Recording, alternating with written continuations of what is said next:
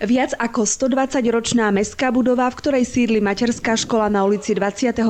augusta, prešla v lete úplnou obnovou a modernizáciou. Ako posledná zo všetkých škôl v zriaďovateľskej pôsobnosti mesta Trebišov sa hrdí krásnou fasádou, ale aj vynoveným interiérom. Ja osobne sa veľmi teším, že sa nám podarilo komplexne zrekonštruovať túto zelenú škôlku.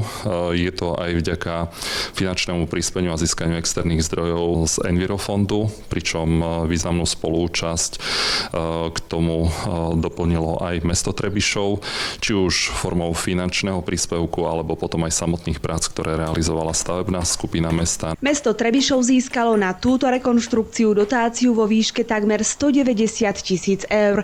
K nej pridala zo svojho rozpočtu sumu 33 000 eur samospráva a napokon prispela aj samotná materská škola takmer 13 000 eur. V princípe, ak sa máme baviť o nejakom našom prínose, tak je to predovšetkým tá snaha o zachovanie pôvodného tvaroslovia, pôvodného tvaru budovy a aj využitia a funkcie. Je to jedna z mála budov, ktoré sme zameriavali a mala naozaj pravý uhol.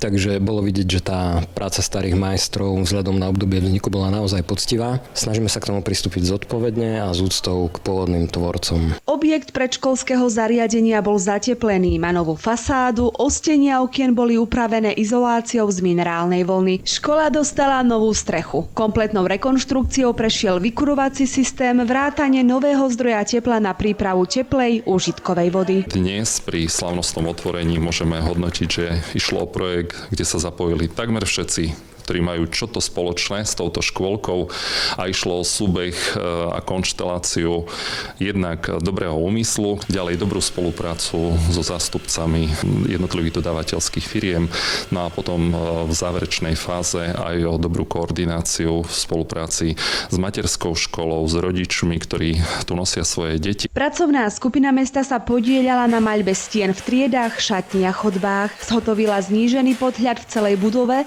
pracovníci položili nové chodníky na školskom dvore, zrealizovali nové obklady v kuchyni a terénne úpravy v areáli. Pracovalo sa tiež na renovácii parkiet a takisto kompletnej rekonštrukcii elektroinštalácií.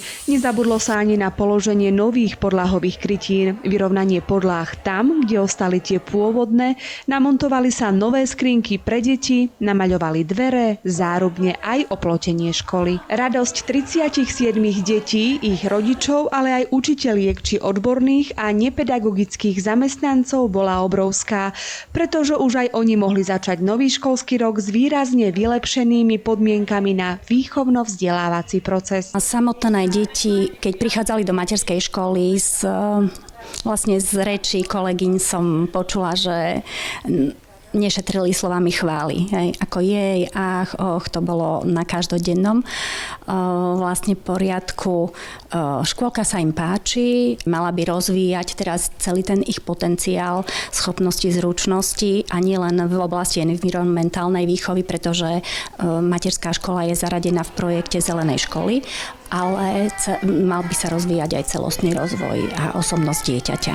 Rodičia spolupracovali pri maľovaní oplotenia, spolupracovali pri odvoze zariadenia pred rekonštrukciou, pri naspäť vrátení toho zariadenia vlastne jednak ponúkli vlastnú techniku, že autami to vozili, ale aj vlastnú prácu. Tak ako spolupracuje táto materská škola s rodičovským združením a ako sú navzájom prepojení, to vidno v málo ktorej materskej škole.